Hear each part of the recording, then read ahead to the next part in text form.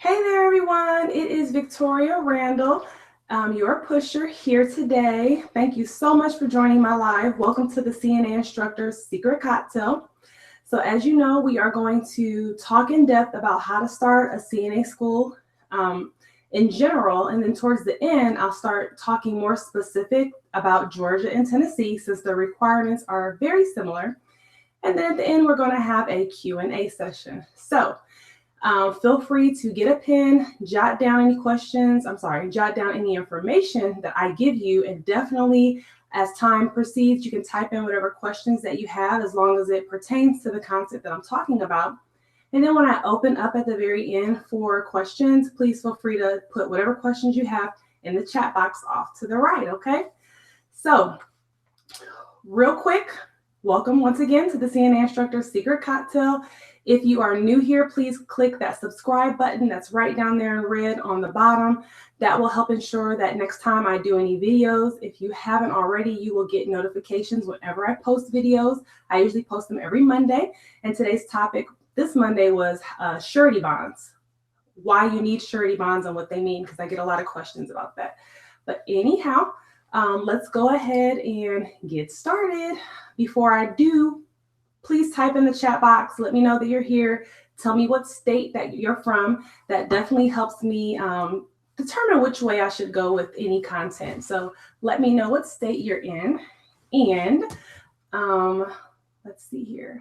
Looking to see if anyone's typing anything yet. Okay, while you're typing that, I want to let you know that I sent out a quick survey before I went live.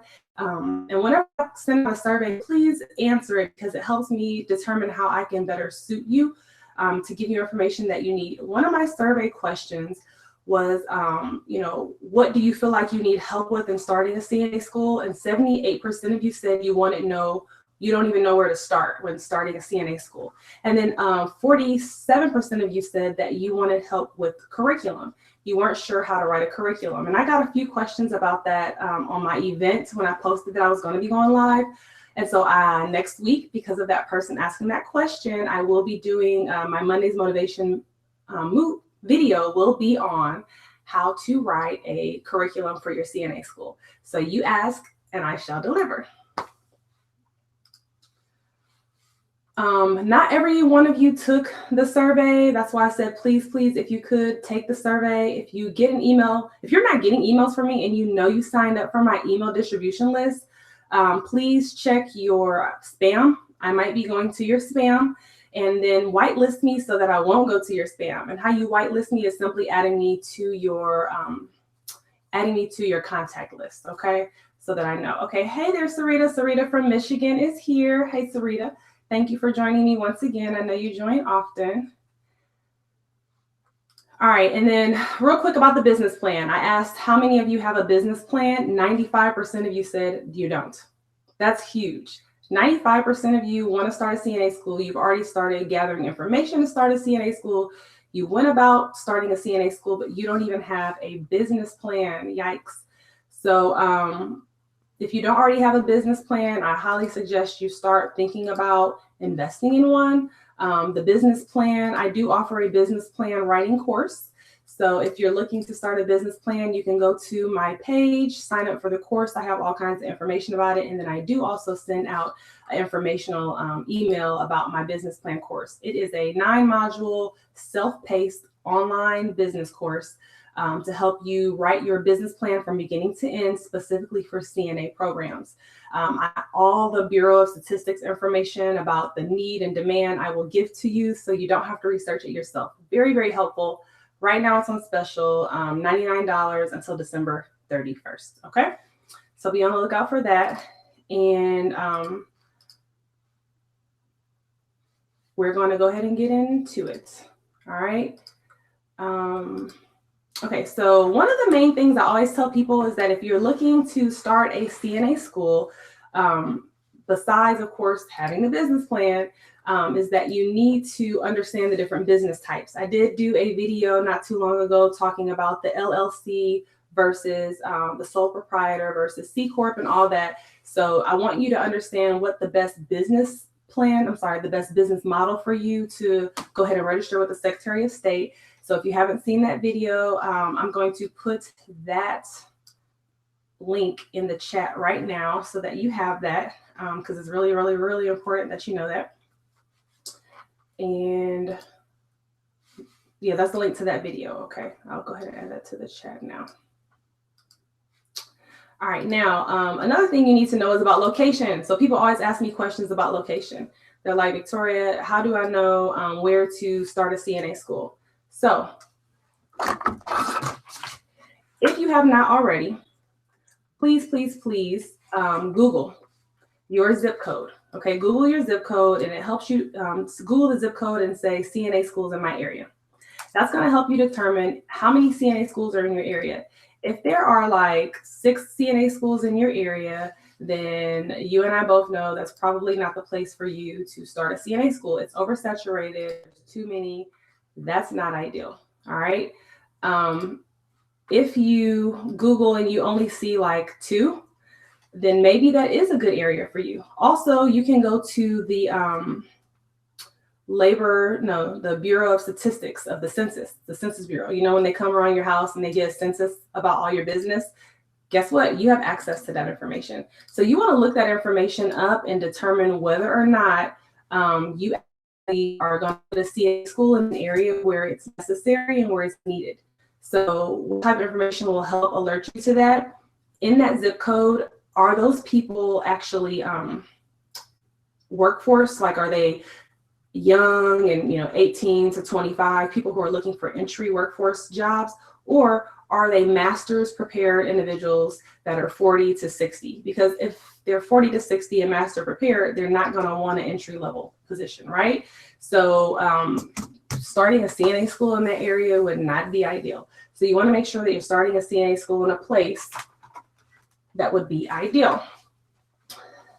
All right. Those are some of the basic things I want you to think about when you're thinking about location. Also, think about what type of jobs are in the area. If you're going to put a CNA school in an area where there's lots of nursing homes, where there are hospitals, that's ideal because individuals can get a place to work. People usually try to work where they live. So there's different factors you want to think about when starting a CNA school to make sure that you're putting it in the right place. Any questions about that before I proceed? I'm noticing that I can't get that link in, so I'm going to work to get that link in. So bear with me. All right, and then curriculum. People always want to know about the curriculum, right? How do I write a curriculum? Where do I go to get a curriculum? And so one of the main things that you want to know in writing a curriculum is what your state regulations want inside of that curriculum. So go to your state's website. Matter of fact, Michigan, Sarita, have I already given you the link to your state's website on how to start a CNA school? Let me know in the chat to make sure, because if I haven't sent that to you, I definitely want to get that to you. It gives you all the detailed information about what requirements you need to be a CNA instructor, what requirements you need to be a program director, what requirements are necessary in order, like if you need to train the trainer, it goes into all the specifics. What all is necessarily needed for becoming a nurse aid training program in your state, all of that, okay? So I highly recommend that you send me your email address or let me know whether or not you've, okay, yes, Sarita, you already got it. Okay, awesome. Good, glad to hear that. All right, and I have a few more people that have entered, so please share with me what state you're in so that I know and I can get you the information that you need that is specific to your state. I can try to give you that in the chat box while we're moving along here, okay?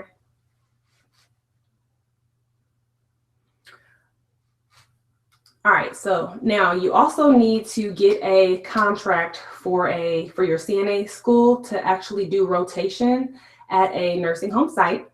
And when I say this, people are always like, I don't know how to do it. How do I get a nursing home to want to bond with me so that I can bring my students there? And so let me give you some tips on that, okay? People want to know, what can you do for them? Bottom line, at the end of the day, let's just be real about it. What can you do for me? So you want to come correct with what can you offer them in exchange for them allowing your students to come there for clinical. Because although, yeah, we kind of say it's helping them because someone's in-house and they're showing them, what they're helping them rather take care of patients. But actually, to be quite honest, they're actually taking their time to train these people, and you're taking your time to train these people, and it's kind of slowing down the care process. So technically, I wouldn't say that it's necessarily a help. So how can you help them, right? Well, different ways that you can help them would be to definitely offer some type of service that you have. Like, do you do CPR? Because if you do CPR, you can offer an annual free CPR course to anyone in their facility, or maybe charge them discount, half off. If you don't want to do free, I understand. You can do half off. Whatever it is that you want to do, you can do that. If you want to say anyone who goes to your facility or that works for your facility can come to my school for 25% off rent, 25% off their tuition, you can do that. So think about different ways that you can leverage your CNA school to get in with that nursing home contract. Now, I will say that it's hard finding out who's the person that makes those decisions. So it's usually the DON, the director of nursing, who usually makes those decisions. So if you can get cool with the DON, that would be helpful for you so that you can go ahead and start making friends with that person, offer to bring lunch. If you want to bring donuts and sit down and talk with that person about your vision, what it is that you're trying to do, you have to build a relationship with them before you just start asking them stuff. Before you just start asking them to do you a favor. It's very, very important that you at least try to build a relationship with them first. So definitely find, or do you already know somebody who knows somebody that works at a nursing home and knows the DON? Because that would be a foot in the door too. So be thinking about that. All right. Next here, we have just a quick review. You make sure you have your business plan, which I know I've talked to you guys about over and over and over again. I know you're tired of hearing about it, but you do have to have a business plan. Let me tell it to you like this. If you're a nurse and you walk onto the unit, and do you just start taking care of patients? Or do you look in the chart and look up their care plan, look up who their doctor is, look up what medications they're on? You start planning out, okay, I know this patient is having pain issues, so I'm going to make sure I give them their pain medicines throughout the day. You're really looking at the whole day and you're planning it out, and you're just doing that for work for somebody else. So when it comes to you and your business and you're trying to start your own business, you have a plan. You just can't come in there all willy-nilly, because just like at work, when you come to work all willy-nilly and you're not looking at everything and making conscious decisions about what you should be doing, what happens? Your day is chaos. Your day is haywire, and so will your business be. Your business will be haywire if you don't have some type of a business plan that don't help you along the way. So please, please, please, by all means, you don't have to do a business plan with me. I'd love for you to, but you don't have to. But please, by all means, do a business plan somewhere. You have to have it, or else your business is going to be chaos. Seriously. All right. Then I talked to you about the different types. Oh, I forgot to put that business. Yeah, let me do that now. The different types of businesses that you register with the Secretary of State, the LLC versus the C Corp and all that. So I'm going to give you a link to that video so that you can watch that later. And then let's see here. Sorry, guys, I don't have anyone in the background helping me with my videos today. So I'm trying to do them while I'm live with you. And then also remember that it's more than just, your curriculum. You've got to have other things like your evaluation form. So you've got to have some type of an evaluation form that helps you determine whether or not your instructors are doing what they're supposed to do. So your students will evaluate them. You need to have some type of a evaluation form for your students so that so that the students know what they're doing, if it's right or if it's wrong, or if they need to change something. If you put a student out of your program and you cannot prove that you did some type of a evaluation with them, or you said, hey, you keep coming to class late and this is not appropriate at the midpoint evaluation, and then you say, because of this, if you continue 2 more times, I will have to put you out. And then when they do it 2 more times and you put them out, you have a leg to stand on. All right. If you say that if the student says you never had a conversation with them, they didn't know anything, and you're not showing it on paper, the state may make you take that student back. Okay. You may have to teach them again for free. So I tell people making sure that you have a student evaluation form is very important, and making sure that your instructor understands the criteria that is set forth to make sure that you're having that midpoint conversation with your students and ensuring that they're adhering to that. So that's another operational form that you need. There's all types of forms. It's not just the curriculum, guys. So I want you to keep that in mind. It's not always about the curriculum. And definitely let me know if there's any way I can help you with those types of forms, okay? If I can help you with those forms, if I can help you with your nursing home contract, because remember, you have to have a nursing home contract. And okay, we have someone from Connecticut. Sorry, I'm just now finally getting in there. New York, but thinking of opening a school in Connecticut. Okay, awesome. So I just put one of the links there. All right, let me move along. All right, so let's go ahead and start getting specific, guys. It's time to get specific. Unless you have questions before I kind of get more specific, let me know if you have any questions.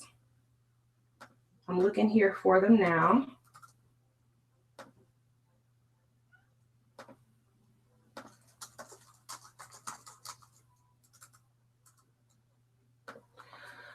And while I'm looking for those, let's go ahead and get specific, okay? So if you're in Georgia and you need to get, you want to start a CNA school, and this for everyone, find out who is the authorizing body over the CNA program.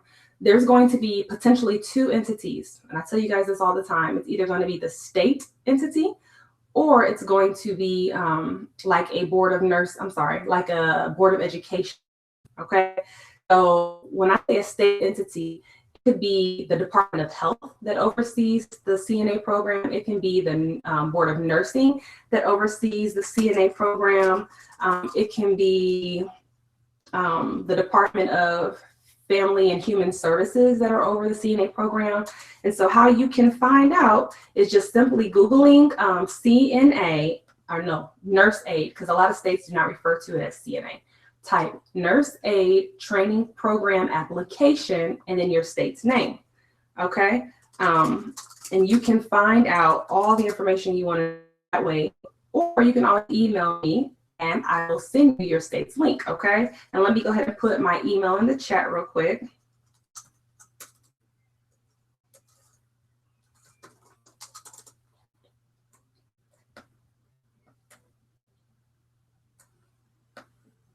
All right.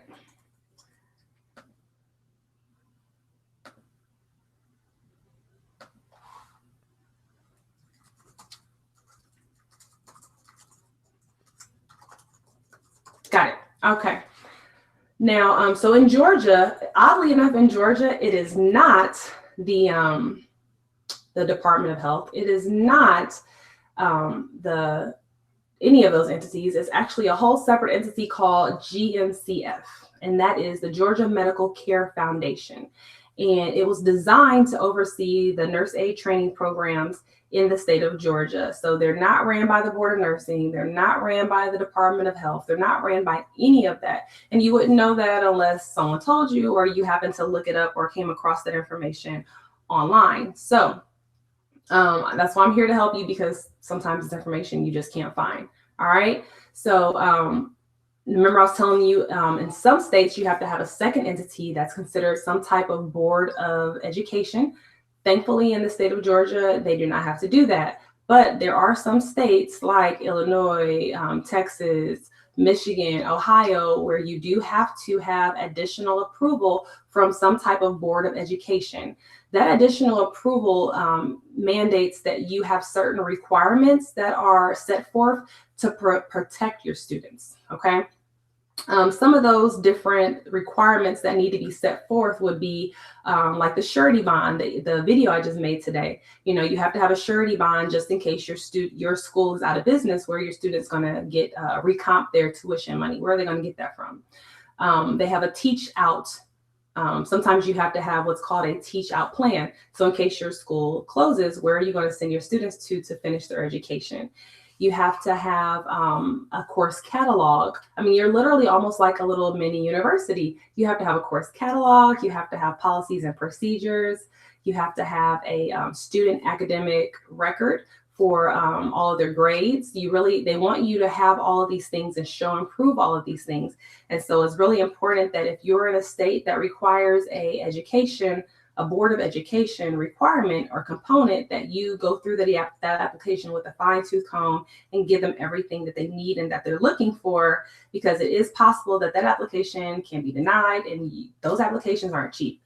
Like, what was it? Illinois, it's like $2,500, I think. In Texas, it's $1,000 plus like 200 or something per each program that you want to submit. So it can get costly. So definitely be on your P's and Q's and know everything that you need to know before you submit that actual application. Okay. All right. So back to Georgia. Like I said, in Georgia, you don't have to have that. So you're lucky if you're in Georgia. But in order to be a program coordinator in the state of Georgia, you need to have the following. And let me back up and tell you what a coordinator is. A program coordinator is a person that oversees all the operations of a nurse aid training program. They do not have to be on staff 24/7, 40-hour-week person. They could literally be a person that is contracted to come in X amount of hours per year to oversee your program. And that's in every state. So basically they need to be looking at how you're implementing your program. Are you up to date with all your federal and state requirements? Are you teaching, for instance, in the state of Georgia, it has to be 85 hours of instruction.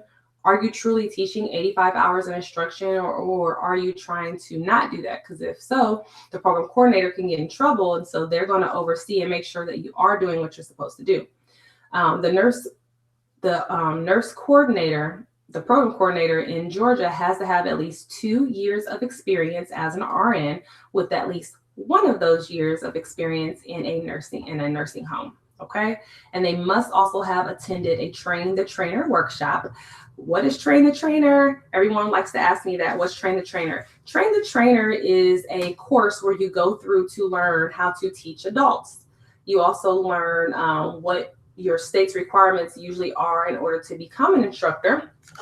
And it goes into all kinds of specifics about teaching, like I said, teaching the adults and what is recommended for teaching adults. Like, are you looking at all of the different learning capabilities or the learning techniques rather that individuals have? Like, maybe I'm a kinesthetic learner versus the person next to me just learns cognitively. They don't need any type of hands-on. They teach you how to teach the different type of learning styles. Excuse me. So the Train the Trainer in Georgia is a 1.5 day long training session. And if you're going to attend in Georgia, it's state sponsored. So you need to make sure that you're looking it up way in advance, because those classes fill up like this. There's only 25 persons per class, and I think they only do like 2 classes a month. So and pretty much every state has a Train the Trainer option. But let me tell you, be careful. Just don't go online, Google Train the Trainer, and sign up for anybody's Train the Trainer. Okay. This is why I said that this webinar helps you no matter what state you're in, because Train the Trainer, for instance, if you just sign up for anyone's Train the Trainer in Georgia, they're not going to accept it. You must attend their Train the Trainer, which is state sponsored. So make sure that you're contacting your state to make sure that you're going to a Train the Trainer that they will accept. People are out here, they're trying to get your money. They're not going to be real with you if they know deep down inside that their Train the Trainer is not for your state. They might not even look it up to care if it's accepted by your state. They'll just take your money. So please, you do your due diligence and make sure that the Train the Trainer program that you go through is definitely one that your state will accept. Okay. In some states, you don't even have to have Train the Trainer, as long as you have some type of experience teaching people, and as long as you have some type of experience overseeing CNAs in the past, then that suffices and you can be a program coordinator. So please keep that in mind when you're looking at your state-specific requirements, because it is possible that you don't need all of that. All right. In the state of Georgia, in order to be a CNA instructor, you could be an LPN or an RN. Okay, you could be either or, and you need to have at least 1 year of nursing experience. So, and that's it. That's it. So usually the regulations to be a CNA instructor are a little less than the program coordinator, which I personally find interesting, but that's just the way it is. So be sure to ask and find out. One moment.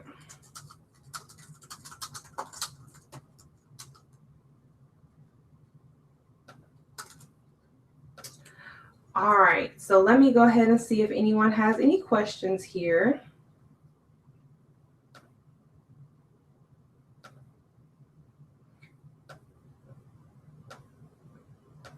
Okay, no questions so far. Please feel free to post any questions if you have any while we go through, okay, guys?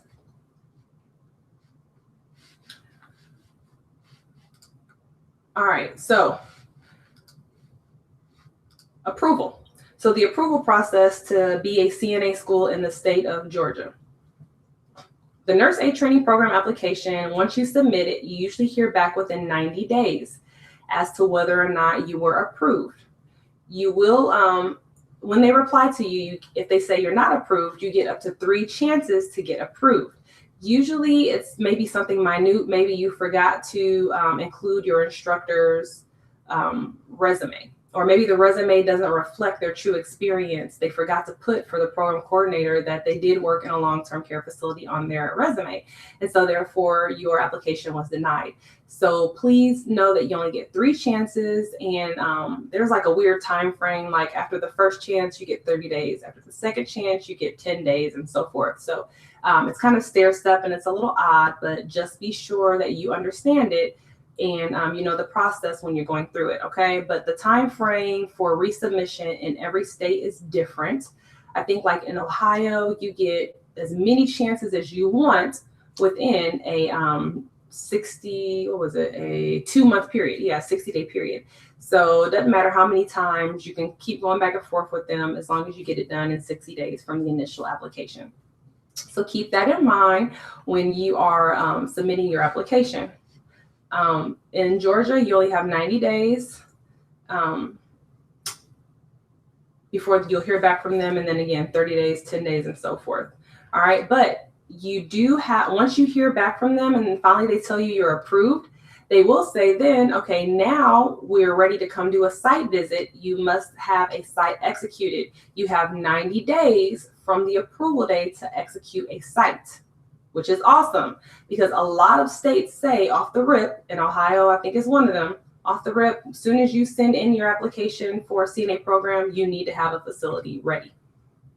And if your facility, the application process could take like 90 to like 3 to 6 months.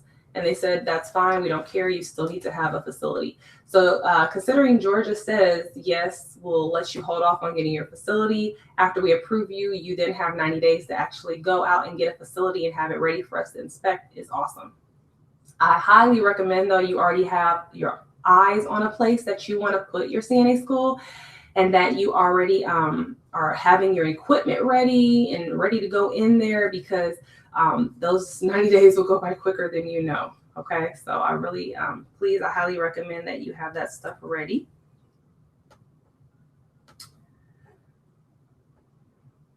All right, and then let's see here. If you don't, if you don't have everything ready within that 90-day time frame, then you have to wait 1 year before you can reapply to the Nurse Aid Training Program.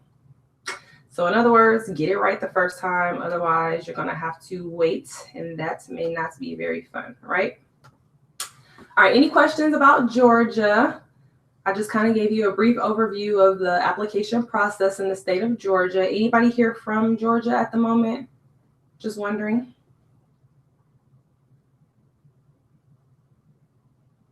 Okay, so then let's get into Tennessee.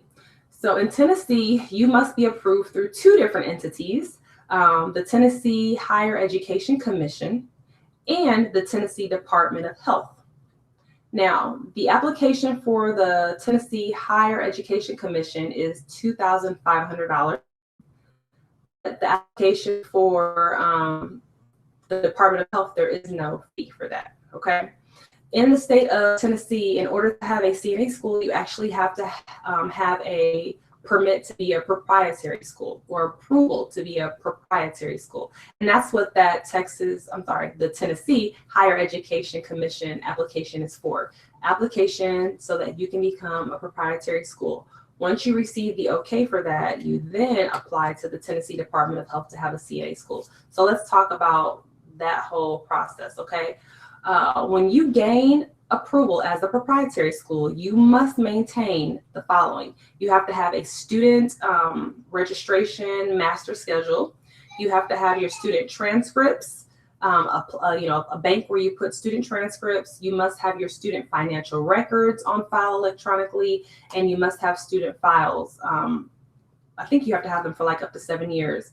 So there's a real deal, kind of like I said, a mini college where you have to have all these things in place in order to function as a CNA school in the state of Tennessee. Now, I know we're talking about Tennessee, guys, but listen to this because over 50% of the states require some type of higher education or Department of Education approval. And so these things are going to apply to you too. Some of them might apply to you at a higher level. Some of them may apply to you at a lower level, but the majority of these things will apply to you. All right. When gaining approval as a proprietary school, you must maintain a student registration list.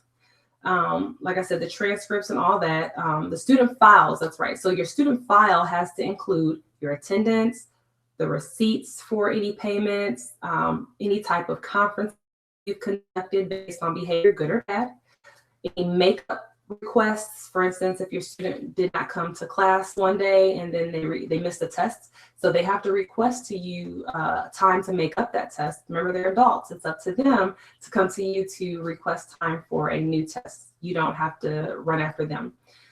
Any type of grievance that they decided to file against you would be in the file. Any type of refunds that you had to give out needs to be in their file. And then the syllabi for the course that they took needs to be in the file. So, and records of any previous training. So think about these things. It might sound boring and like, oh God, who cares? But it's big, because if you call yourself wanting to be a CNA school owner, these are the type of things you need to make sure are happening in your school. Doesn't mean you have to do it. You can hire somebody on to do these things, but these are things that have to be done. So you need to make sure that they're being done.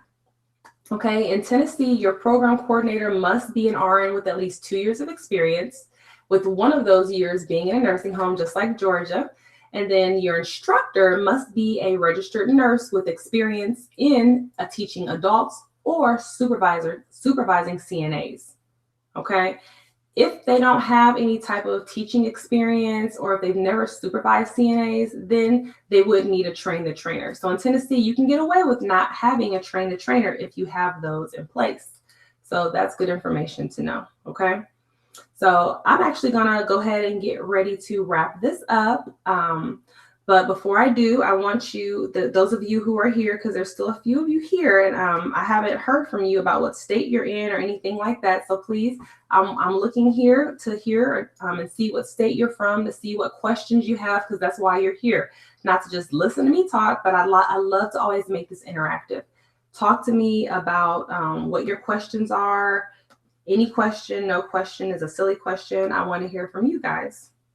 So while you are getting your questions ready for posting, I am getting ready to talk to you a little bit about, let's see.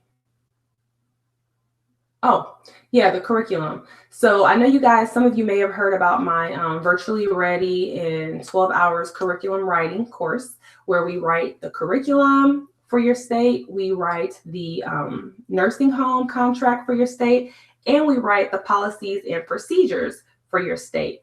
So we do all of that, and that's a lot, guys. It's a lot, but I help you get it all done, and those are all required documents no matter what state you're in. So that's why I bundled them together.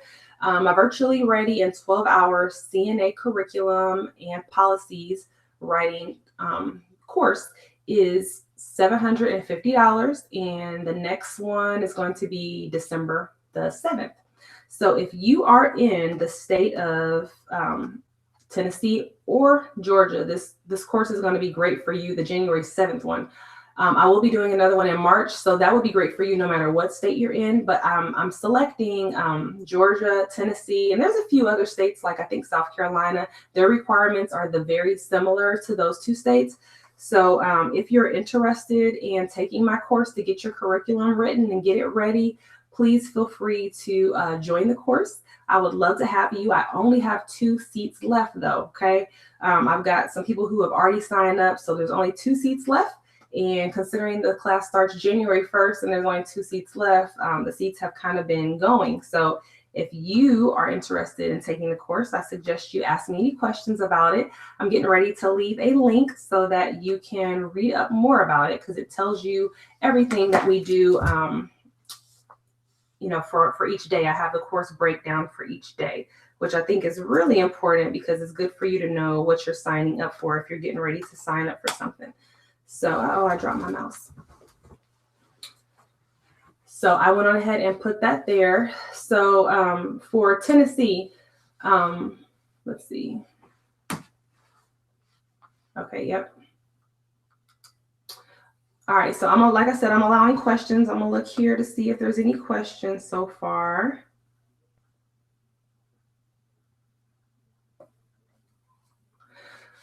Also, I will be putting this course into a, I forgot to tell you guys about the surprise. I can't believe I forgot to tell you. Okay, if you're still watching, leave your email address in the chat box, because my assistant, Lashar, will be writing them down and choosing one lucky person to win the Nursepreneur shirt that I've been circulating on my Facebook page. So if you've been on my Facebook page, you will see that I was going to give away a surprise to whoever comes to today's webinar and stays all the way through. So if you are still here, please feel free to leave your email or your name, chat I'm here, because if I already have your email address, if you already follow me, I'm here in your name, I should be able to contact you, and we're going to send you a Nursepreneur shirt for joining us tonight. So if you are thinking about becoming a nurse entrepreneur, this Nursepreneur shirt will definitely get you in the spirit, have you ready to want to make moves, because sometimes it's the little things that we need to motivate us and we don't even realize it. So coming to these webinars to gain information, because the more knowledge that we have, the more confident we feel. Having a t-shirt that says Nursepreneur starts making you feel like that you are. Just little things, anything I can do to boost your confidence and boost your self-esteem in your journey is what your pusher, Victoria Randall, is here for. So I look forward to that. So in the chat box, thank you. Was it Christella? Thank you, Christella. The rest of you, feel free to leave your email address so that I can send you a Nursepreneur shirt. One lucky person will win a Nursepreneur shirt. Be on the lookout for any emails that I send. Like I said, it might go to the spam. So look in your spam, whitelist me, add me to your address book in your email, because I do not want you missing these emails. I give out every now and then, I give out $100 off of my tuition for my programs. Every now and then like right now, I'm giving away my business writing course, 50% off. So if you're on my emailing list, you'll see I have an online course that helps you write your business plan from beginning to end, all 22 pages. It is very intense. This business plan is so nice that you can utilize it to obtain funding for your CNA program from a bank, from an investor, whoever it is that you're wanting to show them. It is an in-depth analysis of starting a CNA school specific to you, not just what I say, but I teach you how to gain research information specific to your state, specific to your county, so that you can get all the information that you need in your business plan. So this business plan really, really helps you get the funding, or just keeps you, like I said, up to date on what's supposed to be happening in your business. So right now I'm giving that 50% off until December 31st. So there's all types of different things that I send out in emails. So if you're on my emailing list, please feel free to read them, get in the know, get things moving, stop window shopping, and start making moves. Like I said, it doesn't have to be with me. It can be with whoever you want it to, as long as you are making a move. Okay. Crystal says, do you have the regulations and requirements for North Carolina? Crystal, I have the requirements and regulations for all 50 states. I consult to start CNA schools in all 50 states. And some of these virtual sessions that I do, or the courses that I sell, I try to make them state specific, and so that I can get more people the information they need all at once. But sometimes people like to consult me one-on-one, and they don't want to have me in a shared setting, and that's fine if that's what they want to do. I consult for that too. So if you need it, Crystal, if I have not already given you the link to North Carolina, I'll be happy to give you the link so that you can look up your own state requirements on your own. That's one thing I'm big on. I will give you the link. I will show you where to get the information from so you can start making moves on your own. If you get that information and you still don't feel confident in making moves on your own, you can bring me on whatever aspects you want to bring me on, consult me on. I will help you with that. So let me know. If you don't have the link, I'll go ahead and post it now for North Carolina, I think you said. So I'll probably have to, I'll have to do that at the end because I can't get into my email while I'm on live. But so Christella is the only person that wants a shirt, the Nursepreneur shirt, because that's the only email address I have, and that's the only person that basically is saying that they are still here. And I know that's not true because I can see all the people who have joined me. So if you don't type your email into the chat, then I can't get you the t-shirt. I can't put you in the winning for the t-shirt. So don't be shy. Go ahead and stick it in there. All right, any other questions for me before I get going? I'm so glad. Thank you so much. Christella said that this was very informative and very helpful. Thank you so much, Christella. I think I might have talked to you through email today, and if that wasn't you, but I did have someone from Connecticut today that I sent them the link to their state so that they can start looking things up on how to start a CNA school in Connecticut. I think that may have been you. I'm not sure. If not, I'll send it now that I have your email address, but verify if that was you or not, because I did have someone today that I spoke with briefly through the email about starting a CNA school in Connecticut. But yeah, I have it on Connecticut too. Any other questions, guys? Because if not, I'm going to wrap this up. Thank you so much for joining me at the CNA Instructor Secret Cocktail. I'm going to log out since I don't have any other questions. But you don't have to log out because I can't add those two links for Connecticut and North Carolina while I'm logged in right now. So feel free to stick around and I will put those links in there. Wisconsin, for North Carolina and Wisconsin. Okay. Okay, Christella, we haven't spoke yet. Okay. Well, hey, it's not too late. So feel free to book an appointment with me if you want to. Right now I'm doing free 15-minute consults. So, but the consults are not state specific. If you do want a state specific consult, I do charge a fee for that. But yet still, you can still get great information, information about how to start a CNA school in your area. So I'm going to put the link here to book a session with me, a quick session. If you just have general questions, feel free to book me. If it is state specific, then please utilize the state specific link in my booking. And let me add that there. All right, that's their Acuity. That's the link you can use to book me. But in the meanwhile, I'll go ahead and put those Wisconsin, North Carolina, and Connecticut links in just a moment. Thank you so much, guys, for joining the CNA Instructor's Secret Cocktail. I'm Victoria Randall, your pusher, pushing you to strive to do your best every time. Have a good one.